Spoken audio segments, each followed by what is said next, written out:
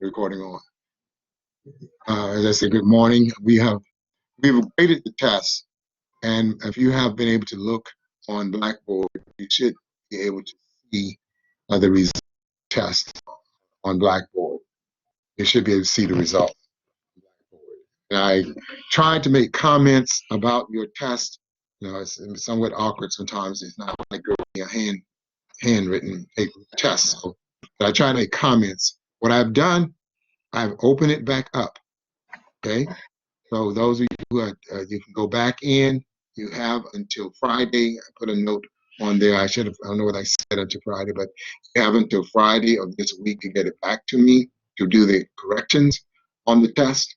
So I'm encouraging everyone to please do that.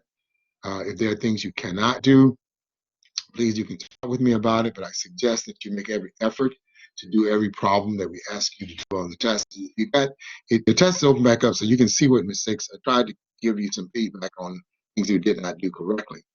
Listen, going forward, I'm going to have to insist that all of us, all of you, learn how to use Blackboard. Okay? I know it takes a few minutes. This is why I'm giving you all the way until Friday, because I will not accept any emailed copies of the examinations. Okay? In the future, this is probably how it's going to be. So everyone is going to have to learn to be proficient at typing up their solutions on Blackboard. Are we communicating? Can you hear me? Mm-hmm. Okay. It's just that it was just extraordinary work to have to grade all the tests on Blackboard and then have to try to look at the emails and copy most of the copies were so light that I could not print them out. So I grade them by looking at my computer and try to grade the test. So I'm going to encourage you. You got time. Work on Blackboard. Learn how to type and use the math editor. I'm giving you until Friday to give me your test corrections. Those of you who email me, I will be emailing you. Give me a few minutes, stick around. I'm probably in class maybe about 5 or 10 minutes early so I can cam scan all of your results and send them back to you. All of you should have your results by today. Those who did it on Blackboard, you should already see your results. Anyone check their grade on Blackboard?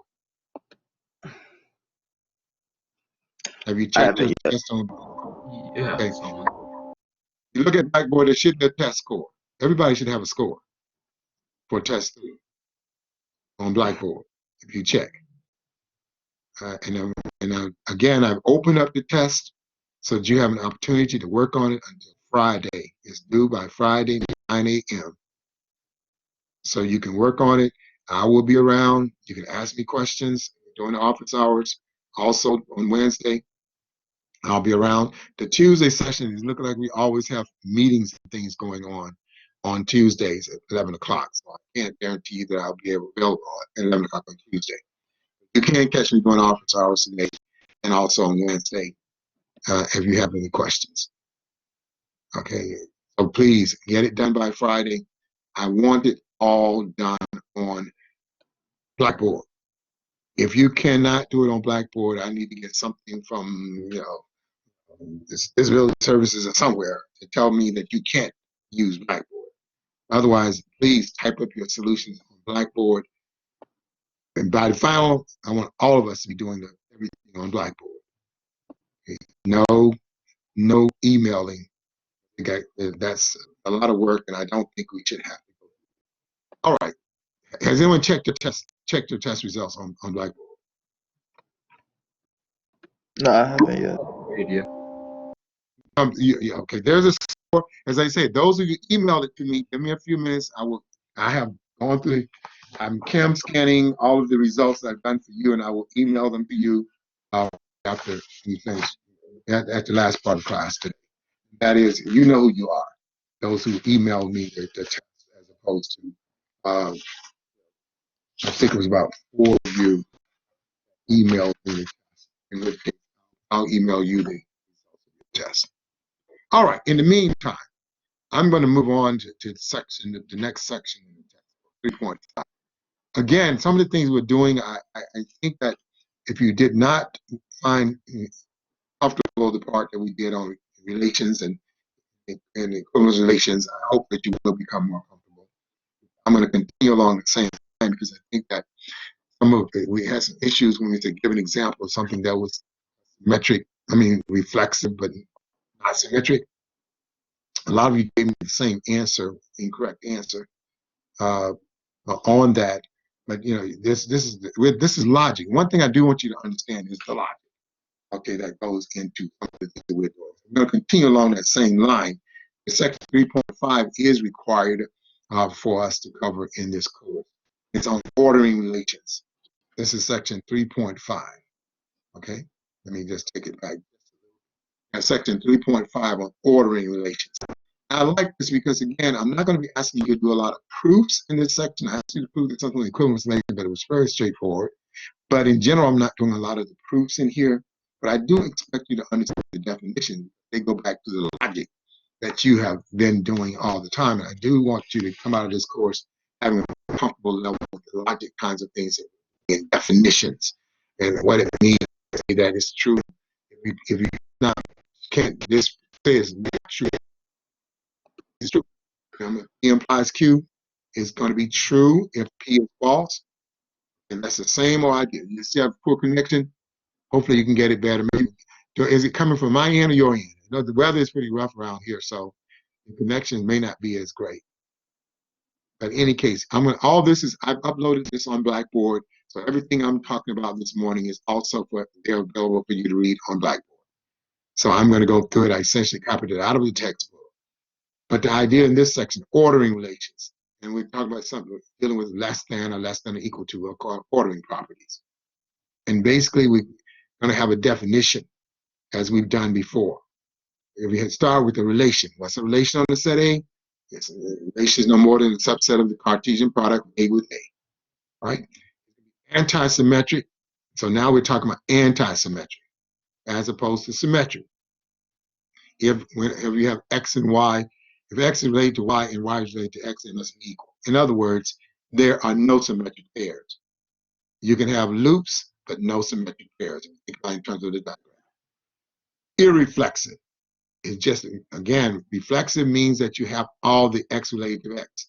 Irreflexive means you do not have any of those, which means no loops. Irreflexive means no loops. And the comparability property is a little bit different. It says two elements are going to be either one's going to be related to either X's are related to Y or Y is related to X.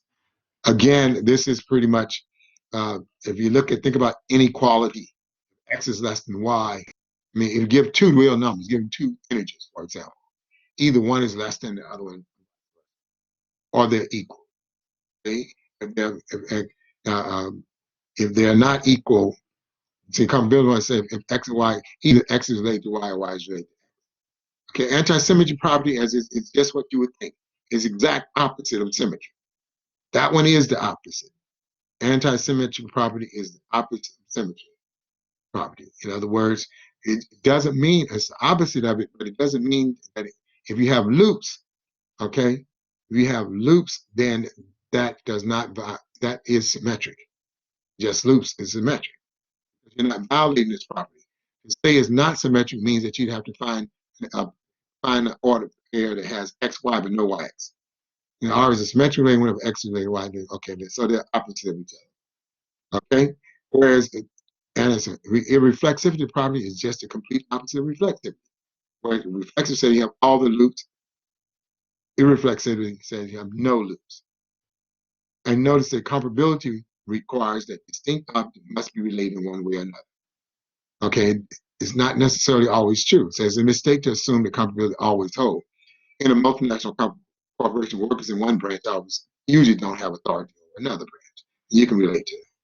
And here's some simple examples here. Less than or equal to on the real numbers. Reflexive. Because any number is less than or equal to itself. Transitive. If X is less than or equal to Y and Y is less than or equal to Z, then X is less than or equal to Z. Anti-symmetric. Okay? Anti-symmetric means if X is less than or equal to Y, and Y is less than or equal to X, and it means that they must be equal to each other. So it is anti-symmetric. You don't have a case where X is less than Y and Y is less than X. So therefore, the only time that can happen is that they're the same. Relation less than on R is transitive, almost immediate. Antisymmetric, once again, you don't have X is less than X. And irreflexive. Of the antisymmetric, I'm sorry, if X is less than Y, then you don't have Y is less than X. So irreflexive, X is not less than X.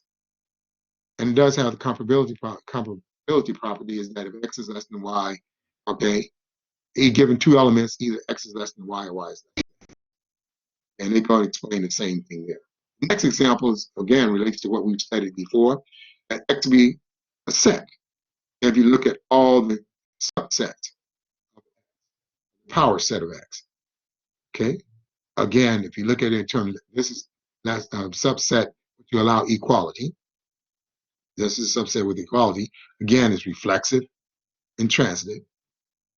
Okay, and it also they said inclusion is anti-symmetric because if A is a subset of B and B is a subset of A, then they must be equal. So that means it's anti-symmetric. Only time you're allowed to have loops, but you're not allowed to have any symmetric pairs. And so unless X is non-empty, has only one element, that's a have comparability. In other words, you can does not if you're given two sets, you can't force any. It's not necessarily true. Here's the case: 1, 3, 3, 4. You don't have one, and neither one is a subset of it. So you don't have comparability. In the strict subset relation, okay, that strict, that's a proper subset. It is still irreflexive, transitive, and antisymmetric. In this case, if you have a strict. Now, here's the next major definition. If R is a relation on a set X, then R is a partial order.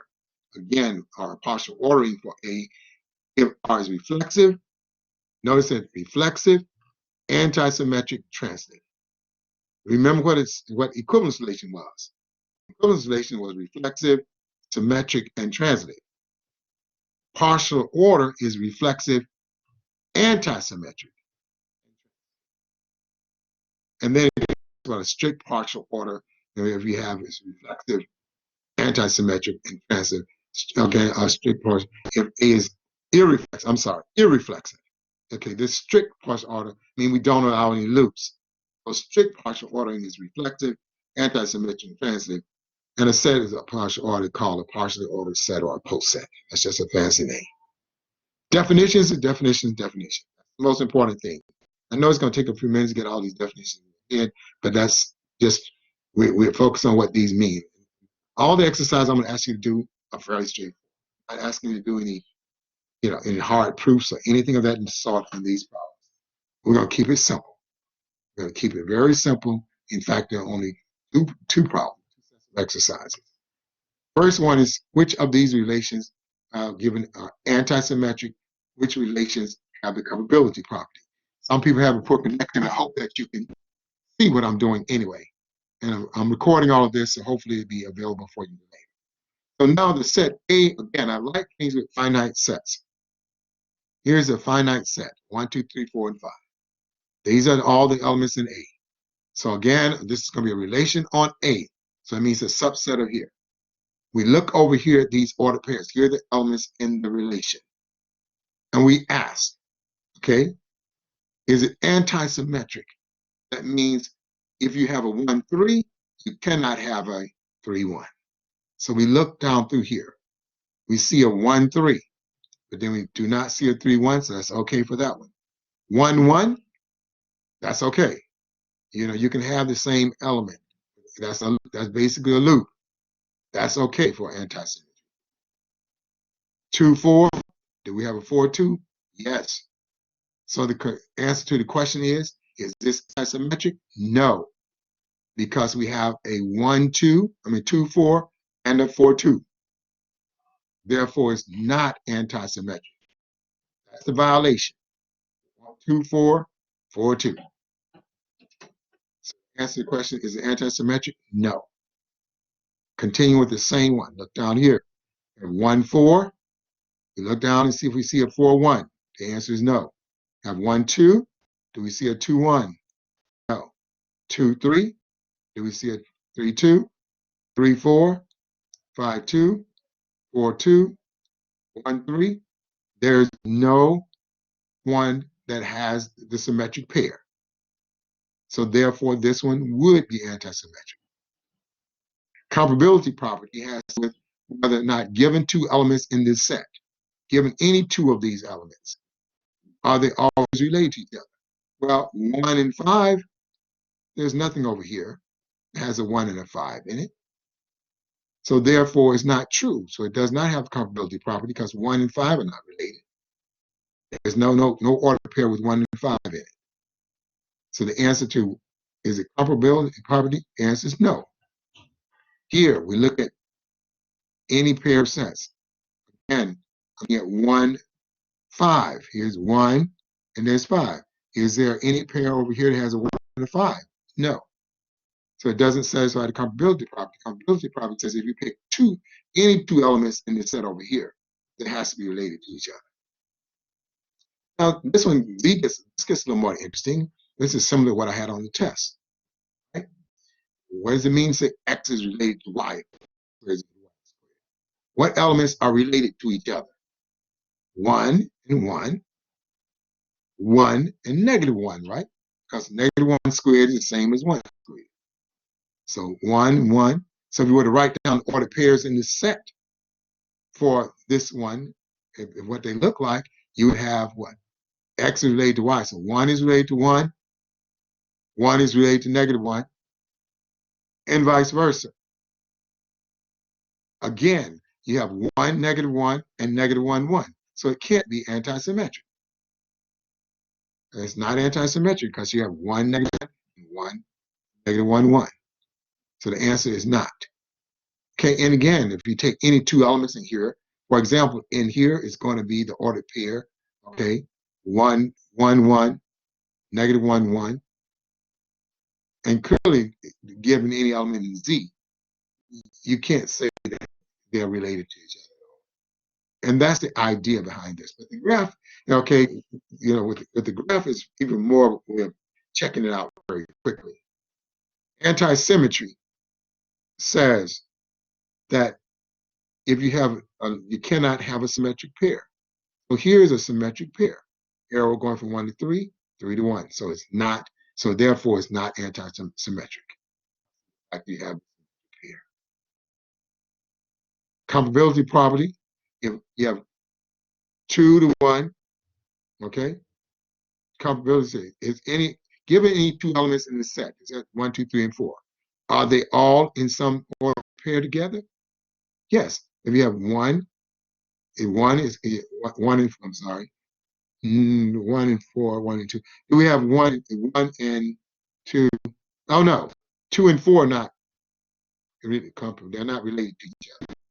So therefore, it does not have the comparability property. If you pick two elements in here, namely 2 and 4, there is no arrow between them. So it does not have the comparability property. Only other thing to do in this section is, okay, here we go in this one. Look at G. I think this one is going to, again, I like the diagrams, okay, because you can kind of look at it and tell. You ask, is it anti-symmetric? Well, if you have arrow 1, 2, you don't see any symmetric pairs. So the answer is anti-symmetric. True. It is anti-symmetric. Comparability, any two elements, there is a relationship between any two of them. 1, 2, 1, 3, 1, 4, 2, 1, 3. So here we do have the comparability property. That's all the elements are related to each other. Now, number 2 is the one that I think is a challenge. Okay? This is if I'm going to ask you on a test. Number 2 is the kind of problem that I want you to understand. Okay? It says, given, and this is it. That's all the problems in this section. Given a set A, B, and C, give an example of relation on A that is anti-symmetric and symmetric. It's anti-symmetric and symmetric. Again, anti, it should say possible. It's got to be anti. It means that no symmetric pairs, but yet it's symmetric. Think about it for a moment. You all did it just about on the test, right? All right, you all did this on the test. I hope you can see the board. Yeah, I'm lost. Oh, I didn't. Did I not turn you on? I thought I was turned on. I'm sorry. Okay, I thought I had. I was at one time. Let me cut this out. Hope you can see the board. No, it's not. Hope you can see the board. Okay. Here's A, B, C. Can we see that? Somebody answer. Yes, sir. Can you see that? Okay. What are A, B, and C? Now we want it to be anti-symmetric and symmetric at the same time. Okay. Anti-symmetric and symmetric at the same time. Well, if you want to have something here we have nothing. Okay, there are no loops at all. No, there are no arcs at all. So clearly, this is almost vacuously is asymmetric and it's symmetric. All right, because of the fact there's nothing to violate. But here I can put the loops in. Now I want everybody to get this right when you do the corrections. We ask, is this symmetric? And the answer is yes. Because what symmetry says, I want everybody to get this. Symmetry, to say it's symmetric, okay, this is the logic is the part I'm very much interested in. It says, if you have X, Y in the relation, then YX must be in the relation also. If X is related, it's an if-then statement. If X is related to Y, then Y is related to X. That's what symmetry says. To say it's not symmetric, this is the logic we've learned. Okay? To say it's not symmetric means you have to have P and Q. See, we learned at the beginning of the semester. To say it's not symmetric means you have to have P and not Q. And not symmetric means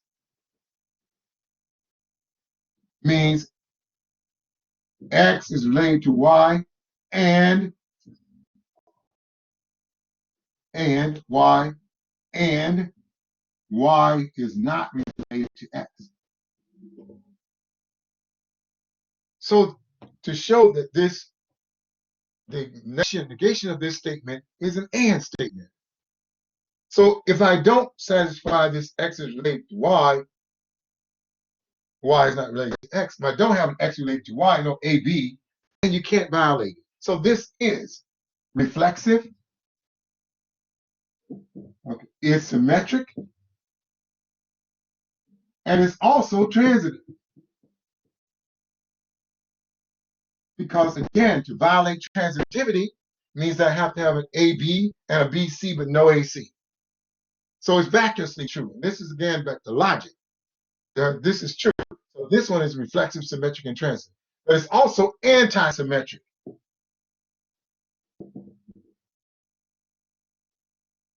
It's also anti-symmetric because there are no symmetric pairs.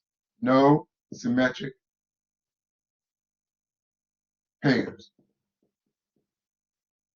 So here's an example that's anti-symmetric and symmetric. But it's also equivalence relation because it's reflexive, symmetric, and transitive. So this is also an equivalence relation. So these are not definitions are the key here. Here's an example to get it's possible. Then the next one said, give an example that's anti-symmetric, reflexive on A, and not symmetric. Okay? Okay, this is an example that's you want one that's anti-symmetric, reflexive, and not symmetric. Well, that's what I asked you to excuse me. Okay, it says anti-symmetric. Well, so this one is anti-symmetric. Okay, we want to make it not symmetric. In order to make it not symmetric, I need to have and AB and no VA. So this is basically what you had to do on the test. So if I want to make it not symmetric, I have an AB but no VA. Here's an example, contrary to what a lot of you get on the test. Here's an example that's going to be reflexive, anti-symmetric. And it's also, and it's not symmetric. It's not symmetric. Okay, and yeah, it's not symmetric. So here's one. Let me think. This one is anti-symmetric. Okay. Well, you can ask about transitivity. I guess I should have. We not had that up here. Let's leave it up here. Here's one. Let's see. This one is reflexive and symmetric. Not symmetric. Symmetric. No, it's not symmetric. It's reflexive. Yes. Transit. Yes. It's still transit, but it's also anti-symmetric. If you have AB, you do not have a BA. Here's an example that's reflexive, anti-symmetric, and transit. That may be coming up later. Okay, symmetric and not. So I'm going to ask you, look at the other ones here. Okay, you should be able to come up with a way of doing each one. One of them, and that's the most important exercise for us in this sector, as far as I'm concerned, is that you understand the logic of how you can have these situations where, and remember what it means to say P implies Q, something can be backwards true. And that's pretty much what's going on in this section. Again, let me see who's here today. I remind you that this is all I'm going to ask you to do in this section. So if you can do the problems, that's as much as I'm going to ask you to do out of this section. There's a lot of other stuff in there, but I'm not going to go down that road. If you can do, I encourage everybody as an exercise, work on these problems. I may put something on Blackboard for you to play around with as well. But you have a test to work on now. I'm gonna let you work on that and look at these exercises here. See if you can construct examples, each one of these. If you do, So, you doctor, understand. Yes. are you going to give us our test back with comments, or are we just going to see our Okay, you got in scores? late, right? You got in late. I think Yeah. I missed. So sorry. Okay. Yes. So what I'm going to have to, you all send it back if you by email. That's why I'm going to probably conduct the class a little bit early so I can try to email you guys back some results. I have to again. I'm on the test corrections. I repeat, I want everybody to do the test corrections where on Blackboard. Are we communicating? You have until Friday. You have until Friday. You got Tuesday, Wednesday, Thursday. You got time to figure out how to type up your solutions and everything on Blackboard. I reopened the test. You can go back in and make, you got multiple attempts. You can do it, try it as many times as you want to until you get everything correct. And I want it typed up using the math editor. Use the math editor correctly. Take your time. You got time to type it. Those who are slow typists, you got time to do it too. You can almost peck and hit keys and get through with it between now and Friday. But I want it on Blackboard. Why am I doing this? Because when I give the final examination, I am not planning on sending email copies. Are we communicating? Yes. Yes. Unless I get a note from Yep. from Disability Services officer somewhere telling me that you have to have yours in a written format, everybody's expected to do it on. If you need that accommodation, please, I will accommodate. But please give me something that says that you cannot do it on Blackboard, in which case I will accommodate. But otherwise, everybody's expected to do their final examination and test four. We have a test four coming up and final examination on Blackboard. I will give you time to do it. If it takes a 2 hour time limit or whatever, I'll give you time. We're going to work on everybody practicing. Some of you are very good at it. Thank you. Those of you who are good at typing on Blackboard and you have solutions, it made my work so much easier. Those who send it by way of email, I gave you permission to do it, so I'm not going to I didn't hold any of that against you. It made my life very complicated to some extent, but we did it, and we will give you your results in a little while. But as far as the class is concerned, I'll make sure I know who's here. Somebody's saying that they left already. Okay. Did someone leave already? I think, hope not. But let me just make sure I know who's here. One more time. Mr. Yeah, I see you here. Okay, Mr. Brian, polite, Mr. Bloomfield is here. Mr. Burris, are you here? Burris, was he here, Mr. Burris? He's Yes, here. I see he left. Okay, Mr. Drakes. Uh, uh, Mr. Ford, Mr. Ford, Mr. Mathis, maybe somebody. Sampson is here. Mr. Savage, okay. Mr. Scott, okay. Settle, I see you. Thomas, Mr. Thomas. Okay, I see you. Mr. Trevor Lee. Okay. Mr. Ford, uh, Mr. Drakes. All right. What I'm going to do is, unless there's some questions you have, that's all I want to cover today. I'm going to ask those people who sent me their tests by way of email to remain with me for a few minutes. I'm going to be cam scanning and sending your results to you. I want you to confirm that you received. But everybody else, I'm done with. I will be around during the office hours between 10 and 12 if you need to get back with me. Encouraging everybody else to sign out right now, and I will talk with those who sent me their test by way of email. Okay, the first one I'm going to work with, I'm going to cut the recorder off now because this is personal. First one I'm going to work with is Mr. Byron Hippolyte. Are you still there? Are you still here? Byron? Yeah. Still I'm here? still here. Yeah. Okay, stay with me. I'm going to try to send you. I think I've copied yours. I'm going to see if I can send it to you. Okay. What I've done, you'll see what I've done. I think this is. And when is our test for? Did you say? I've got to get back with you on that. Okay.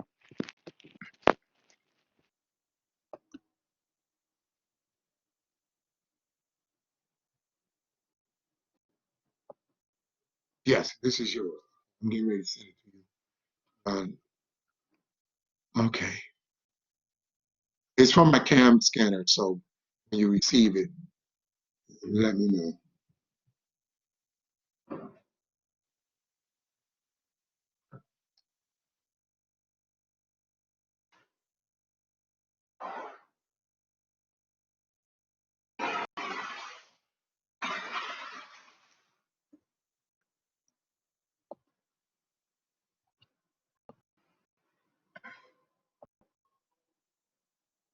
Okay, here we go. Which one you use, Adrian? Is it at Morehouse One or the Gmail? Adrian?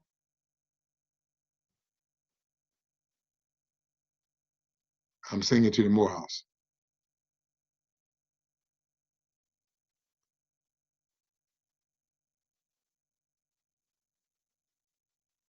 Adrian, are you there?